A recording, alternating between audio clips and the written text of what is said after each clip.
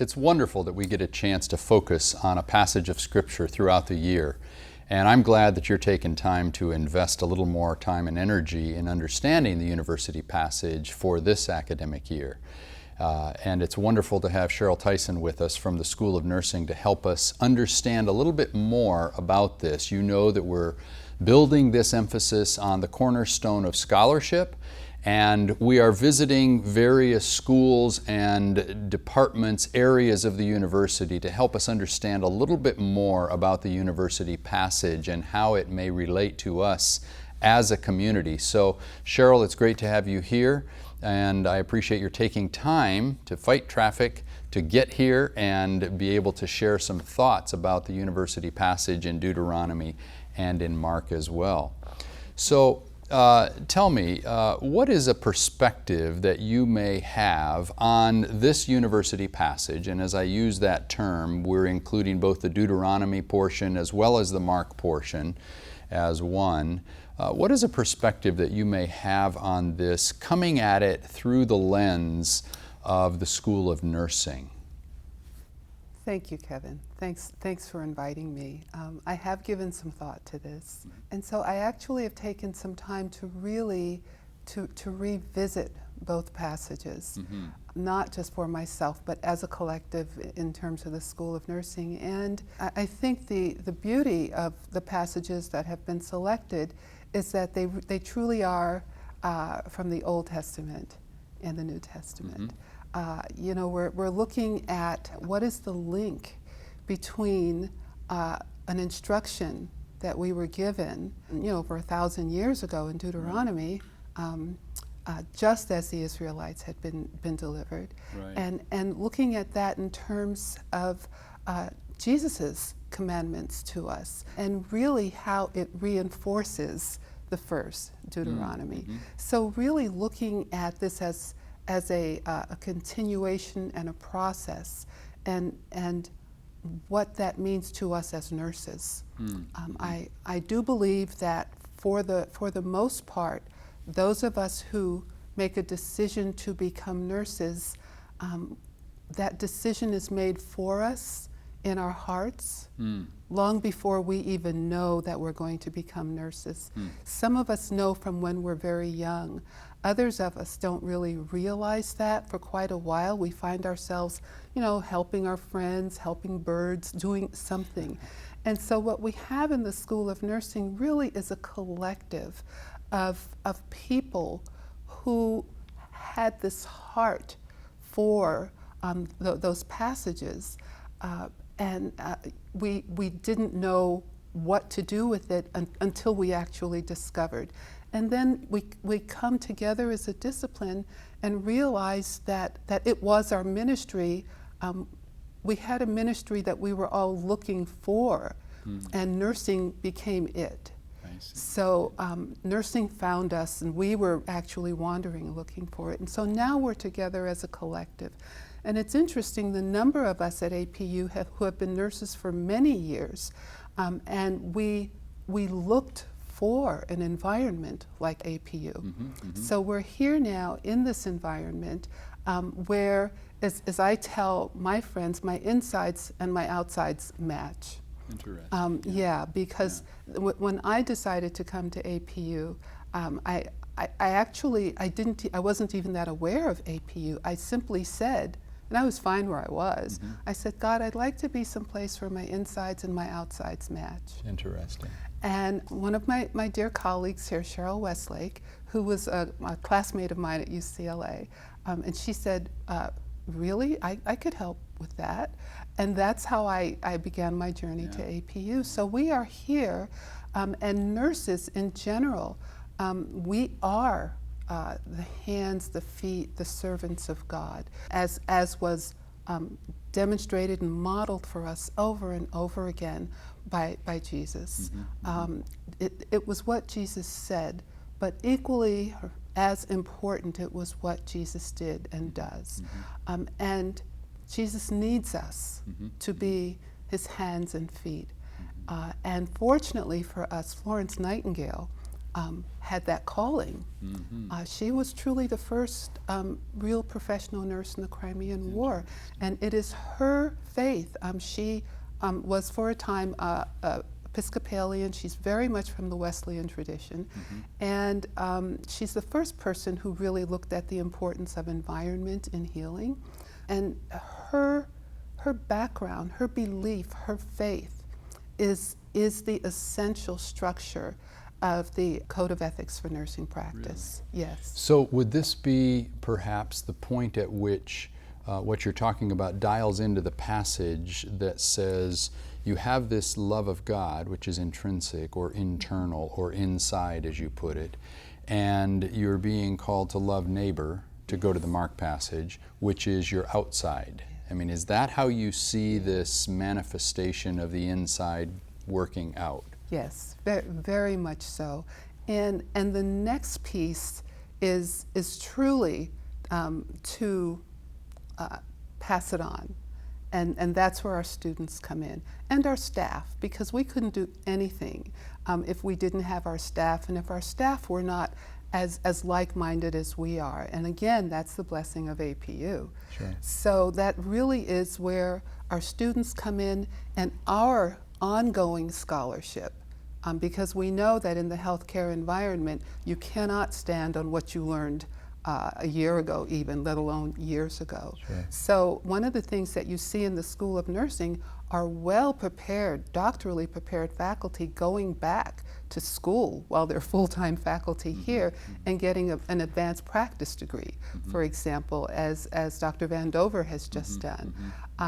We really do realize that scholarship is the vehicle, one of the vehicles through which we are able to really minister to people who need help, not only in body, but in mind and in heart and in soul. And you can do that in a moment giving a med. Sure. You really can. It makes all the difference in the world, and that's what we're all about, truly. So Sheryl, as you have, in your experience, and as you have worked and taught and worked with other colleagues, even in the area of research, because that's what you lead as an associate dean, the area of research, what are some of the, maybe you've seen a story, or perhaps there's a student or a faculty member that just exemplifies this, that might help us to put a picture of what this, how this passage informs our community? We see stories every day in nursing, and you as nurses, and we're academics, but we're nurses. Yeah. And we touch people's lives, but they touch ours. So one ongoing, and it's not a story, they are ongoing ways of being. I can look, for example, at Dr. Connie Brem. She's been here for some time. She works so hard, and she has a calling for helping those who are homeless. Yes. And she started over 15 years ago out of her car, a mobile health clinic for those who are homeless. And she does this by going to local churches in this area monthly and providing primary health care for those who are there for meals and things like that. And she works so hard at this. She's doing this at night. She's doing this on top of teaching her classes. She is writing grants to get money to support this. And where she is passing it on, she now has a number of other faculty who participate with her and students. And we're able to conduct very helpful research there as well, and she's doing that. So this is just one example of where she has this. This is just in her. This is her ministry, and she has allowed all of us to participate in this. She sends out an email. We're going out Thursday night. So that's one example. Sure. We've done quite a bit with international work, and APU is known for that. We have Dr. Catherine Heinlein, who is actually, her doctorate is in nutrition. She came to work here as a nutritionist and went back to school to get her advanced practice degree in nursing, and now has taken a number of our students with her on special trips to India, where they look at things like dietary practices. So we have a number of faculty who really are, as they say, paying it forward. Yeah. Or fulfilling what Jesus says. Yes. Love God. Yes. Love your neighbor. Yes. Whether it's the homeless or the people in India. Right. And not just loving them in spiritual ways, but with all of who you are, even and the physical dimension. What's very interesting for us, and this is particularly true in our graduate and doctoral programs, is that we have a number of students who are not Christian. Sure. And they come, I don't know that they come here because of our evangelical commitment. They come because of their experience of us and of themselves when they are in our midst. So you know how you can talk about things, but if you embody it, you don't have to talk it quite as much. You are that lived experience, and they experience Christianity through us. Last semester, I had a Islamic student. I had a student who was from a Jewish student who was from Israel, and that we could sit in my philosophy class. We had Christians who were from Africa and just all over, and that we could sit there and really, with all of our cultural differences, really be united in God. That's awesome. So what would you say, Sheryl, to staff and faculty in terms of little nuggets, takeaways, gems that you think we can walk away with as we go about our daily routines, our daily tasks in moving the mission of God forward through APU? Perhaps some nuggets of truth or ideas or thoughts that may be helpful to the people who are listening to our conversation. I would say maybe 3 things. One is to become still. To become still and invite God to be with you. Well, God is always with us, but really to invite God to speak to you. And then to listen to your heart. Because I believe that God speaks to us through our hearts as much as through our intellect. And then it's to think about your practice or your intended practice if you're a student, so that you really do understand how to marry your heart and your intellect, so that you really can be of service in a meaningful way. So for me, the first thing is always to become still. And then I think along with that is to seek the guidance of a trusted mentor.